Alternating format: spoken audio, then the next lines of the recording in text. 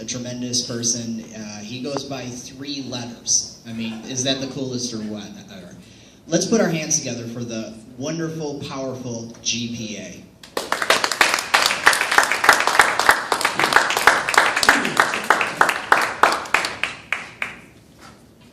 I'm sitting there wondering, what the heck is he talking about? He must be awesome. Wow. As I stood in front of the judge next to my high-priced lawyer, as he handed down the 16-month sentence for tax fraud, I reflected back on how the demise of a criminal enterprise always starts with one phrase, and that is, if I know somebody else, is it cool if I tell them? That is what Ralph, my underling, my worker, whatever you want to call him, second in command, that's what he said. We just pulled off a simple scheme. It was quite easy, actually. I went to Office Depot, purchased the W-2s, went home on a typewriter.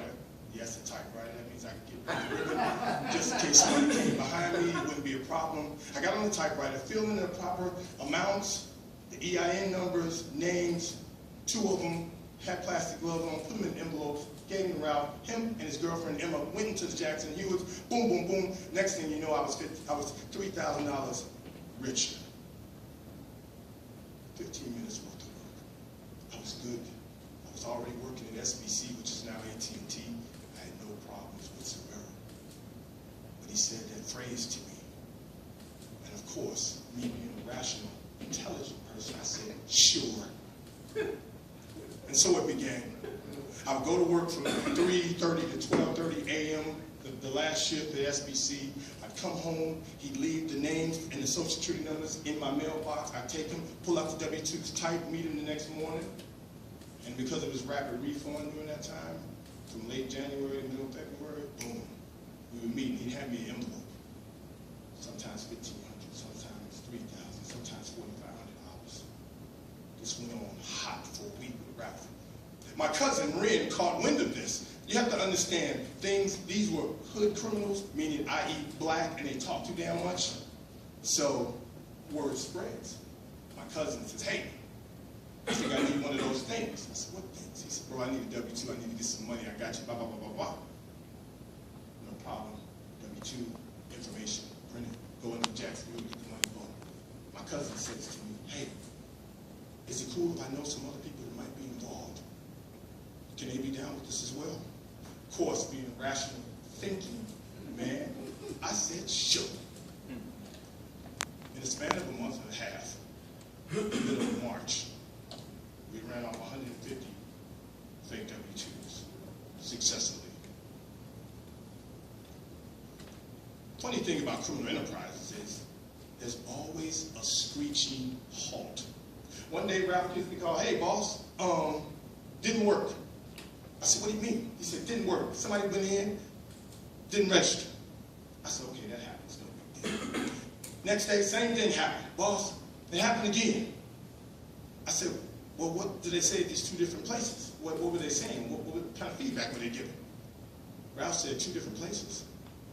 I said, you are going to like different Jackson Hewitts and H&R Blocks and things like that.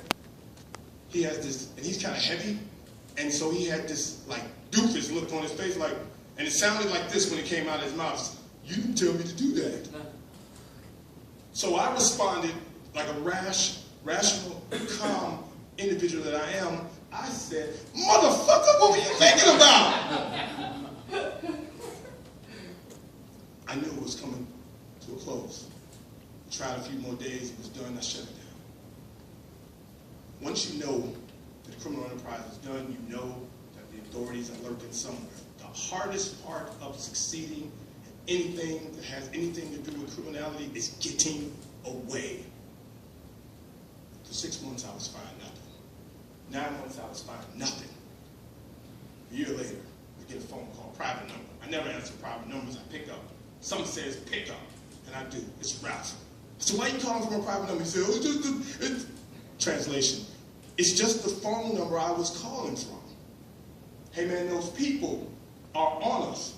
I said, people? He says, yeah man, those people, the FBI. I said, hey, I don't know what you're into. I really think you should be careful dealing with some of the criminal elements, and please, don't call this number again. And I hung up. I changed my number. 6 months later, knock at the door. Postal inspector, IRS agent. Sir, we know that you've been in charge of a criminal enterprise. I said, gee, I work at Sprint. I have no clue what you're talking about. We have 25 people that say you did it. You got 25 people that are lying. This went on back and forth, back and forth, back and forth. Got a lawyer. This kept on. We were stalled. Nothing. Then on April 15th, 2005, April 15th of all days, I'm indicted. 12 counts. Tax fraud. $1.75 million. We go back and forth, back and forth. I'm saying nothing. Until they say, we're going to give you 12. I'm like, 12 months? I'm going to a camp. It's a white-collar crime? Sweet. He says, no. It's 12 years. I said, like a rational, calm, intelligent individual, oh, shit. We proffered, came up with an agreement. And as I stood in front of the judge, a high-priced lawyer, receiving 16 months of tax fraud, I thought about the one phrase that ends all criminal enterprises when Ralph and my cousin said, hey, if I know somebody else that'd be down for this, is it cool? I should have said no. Thank you. G.P.A. everybody. Great story about how they almost succeed in business without really trying. And let's keep it going for our final storyteller this morning, everybody.